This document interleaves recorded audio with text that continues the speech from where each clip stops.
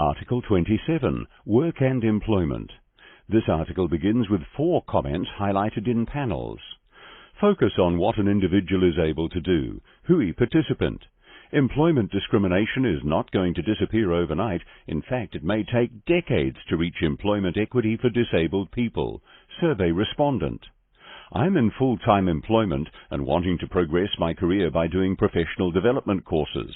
However, there is no clear funding for New Zealand Sign Language interpreters for ongoing professional development education, and I'm constantly struggling to find funding and ways around the current rules. Existing funding for employment support costs is limited and capped, and I have to use all the allocated funding available to me. Ongoing education and training is important, but I'm clearly discriminated and disadvantaged in this area. Survey respondent. Discrimination due to lack of understanding by employers. Hui participant. Introduction.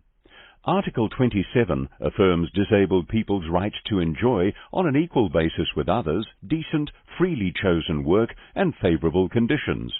To ensure realization of this right, the government obligations include ensuring disabled people are protected against discrimination in employment and are provided reasonable accommodation, employing people in the public sector, and promoting universal right to employment in the private sector. General comment. The right to work, to equal opportunity, and to fair conditions in work are all important to disabled people. Work can be a source of social connection and identity, and it is a vital component of an adequate standard of living. This right also provides a means to exercise other rights, such as choice of living arrangements and full participation in the community. The importance of Article 27 to disabled people in New Zealand. In New Zealand, as in many comparable middle-income countries, disabled people have considerably, 26%, lower rates of labour force participation than non-disabled people. Endnote 200. This inequity has persisted for decades and has been noted in previous IMM reports. Endnote 201. Disabled people place a high value on employment and want to see much more investment in equalising employment opportunities and removing barriers. Addressing entrenched inequalities will require an integrated approach across the labour market and social protection systems to respond to the hardship accumulated through extended periods without paid work, the general costs of disability, and additional in-work costs arising from inaccessible environments or transport systems. Without an equalisation in employment and education opportunities, there is little chance of disabled people being able to fully realise their right to have an adequate standard of living. Disabled people's employment opportunities are also linked with educational opportunity. As reflected in the concluding comments of the Committee on the International Covenant on Economic, Social and Cultural Rights, ICESCR, to New Zealand in 2018, Endnote 202, further work is required by the government to align domestic legislation with international standards for reasonable accommodation in employment and in the right to inclusive education. Current place of Article 27 in New Zealand law and practice. The Human Rights Act 1993 prohibits discrimination on the basis of disability in both the employment and pre-employment contexts. The requirements apply to private and public sector employers. Section 29 of the Human Rights Act permits some exceptions in which differential treatment of either a positive or negative nature of a disabled person in employment will not constitute discrimination. This section has been considered consistent with the definition of reasonable accommodation in Article 2 of the Disability Convention in terms of an obligation to provide modifications unless doing so would constitute an undue burden. However, in the absence of definitive criteria around undue burden, the effective enactment and enforcement of the obligation to provide reasonable accommodation is significantly compromised. This can result in employers making insufficient accommodations for disabled people to participate effectively in work. The State Sector Act 1988 includes responsibilities for the State Services Commissioner and public sector chief executives to promote equal employment opportunities in the public service. The State Services Commission has committed to a diversity and inclusion program to ensure that the public service values, understands and reflects the communities it serves. Endnote 203. This program includes, but is not exclusive to, disability. The ability to measure either increased diversity or equality of opportunity is currently hampered by a lack of disability data across the public service. The IMM understands the State Services Commission intends to conduct a disability survey within the public sector in the future, but has yet to set a date. The Ministry of Social Development funds a range of vocational and employment services and, in some circumstances, wage supplements to support disabled people's employment. Investment in active labour market strategies is low by comparison with other OECD countries. Endnote 204. Outcome 2 of the Disability Strategy 2016 to 2026 expresses a desired outcome of economic security and proportionate employment for disabled people, and describes actions required to achieve this. Endnote 205. Lead responsibility is assigned to the Ministry for Social Development and includes actions such as improving employer disability confidence and better support for transitions into employment. A range of resources has been designed for the public service to build employer confidence, challenge myths, guide good employment practices, and ensure equitable access to public services for disabled people. For example, a lead toolkit for employing disabled people, which has had an uptake of 63% within the state sector. Although designed for the public sector, it is also relevant to the private sector and will benefit from wider promotion. Endnote 206. And the Accessibility Charter, which aims to increase the provision of inclusive language, inclusive technology, and accessible information. Endnote 207. The notion that disabled people are less productive than their non-disabled peers is still reinforced by Section 8(1) to 6 of the Minimum Wage Act 1983, which provides for a minimum wage exemption permit based on disability. In 2019, the Ministry for Social Development issued a consultation document on a proposed alternative to the minimum wage exemption. The outcome of this consultation is not yet known. A generic national employment strategy was released in August 2019, from which 6 priority action plans will follow, including a Disability Employment Action Plan. Committee's previous dialogue with the state on Article 27. In its 2014 concluding observations, the Disability Committee recommended that further steps be taken to increase levels of employment of disabled people and that alternatives to the minimum wage exemption be explored. The Disability Committee's list of issues focuses on measures to increase employment of disabled people, particularly in groups potentially subject to intersectional discrimination based on disability and gender, ethnicity or age. An improvement in disability data collection would be required to disaggregate information according to these characteristics. In 2014, the Disability Committee also recommended that the Human Rights Act 1993 be amended to include an explicit definition of reasonable accommodation that aligns with Article 2 of the Disability Convention. This recommendation was made in relation to Article 5, Equality and Non-Discrimination, but is highly relevant to employment. Other treaty bodies, such as the ICESCR Committee, have made similar recommendations to have domestic law reflect international standards for reasonable accommodation. Comment on the realisation of Article 27 in New Zealand.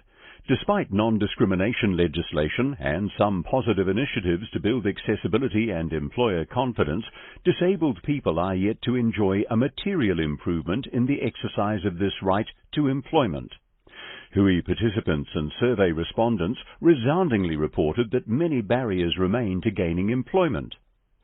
Application processes may be inaccessible or intrusive, for example, seeking medical information that is not relevant to evaluating suitability for a role. Workplaces are inaccessible. I had 2 interviews for management jobs. I was the top candidate but did not get either job because the building had stairs.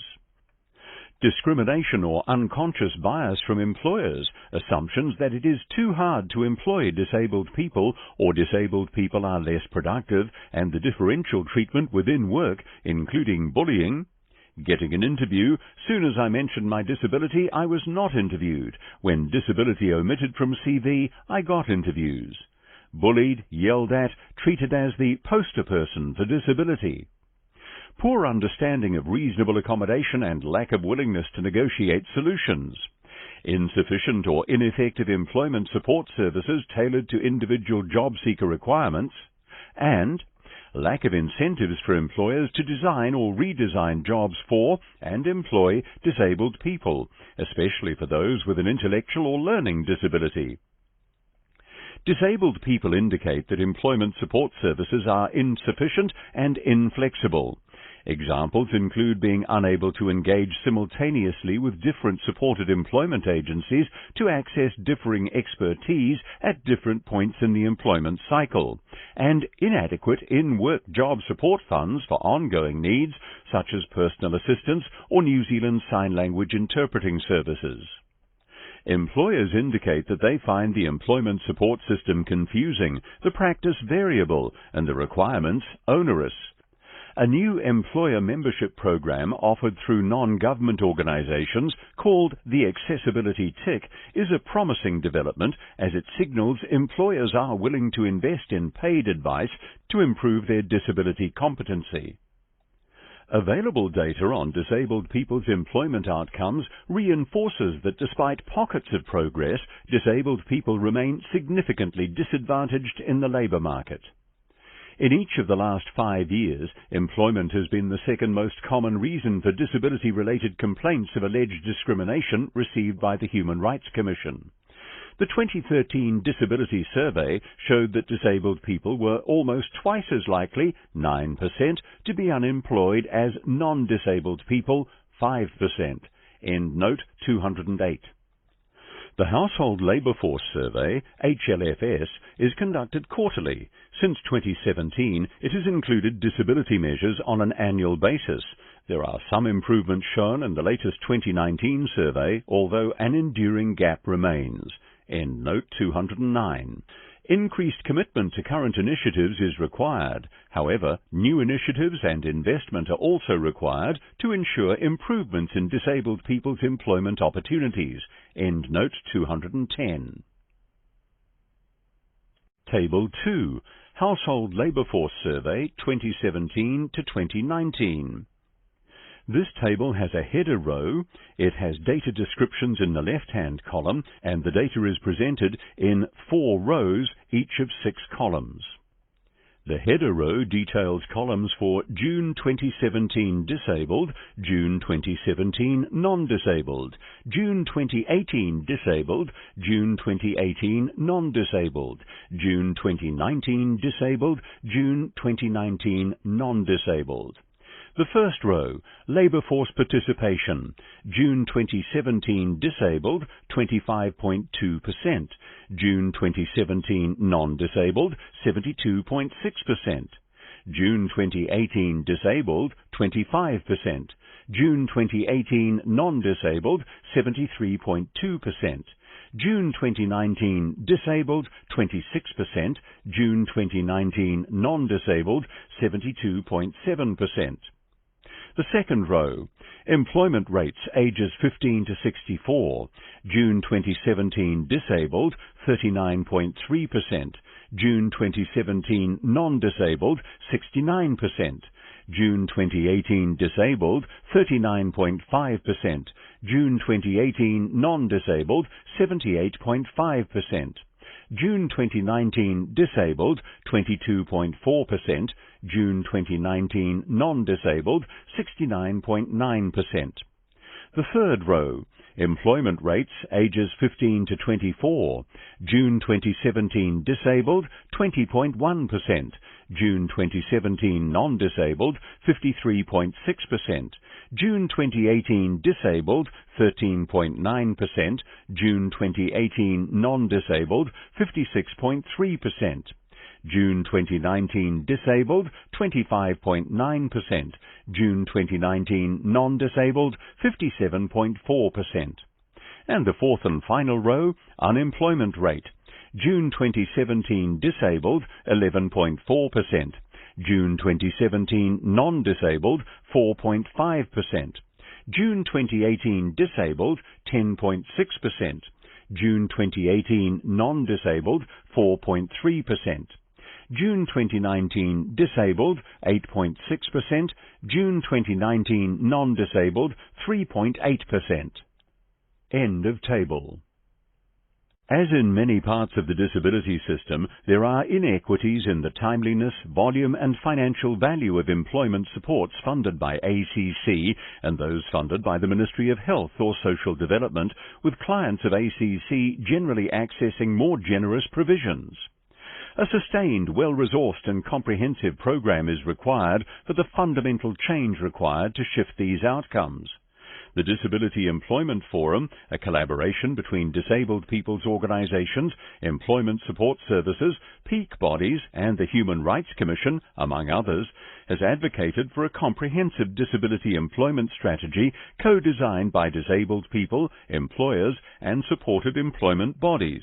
Endnote 211.